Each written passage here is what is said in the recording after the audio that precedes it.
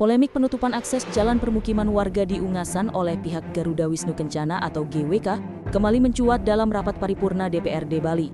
Ketua DPRD Bali Dewa Made Mahayatnya, Dewa Jack, menegaskan pihaknya siap menyerahkan kewenangan penuh kepada eksekutif bila manajemen GWK tidak segera membongkar tembok yang menutup jalan warga.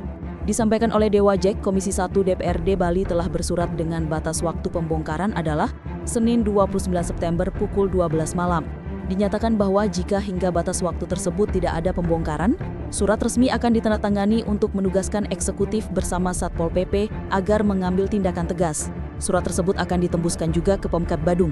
Dewa Jack menyatakan bahwa banyak surat telah diterima dari GWK, namun perwakilan pengambil keputusan tidak pernah hadir langsung dalam undangan DPRD.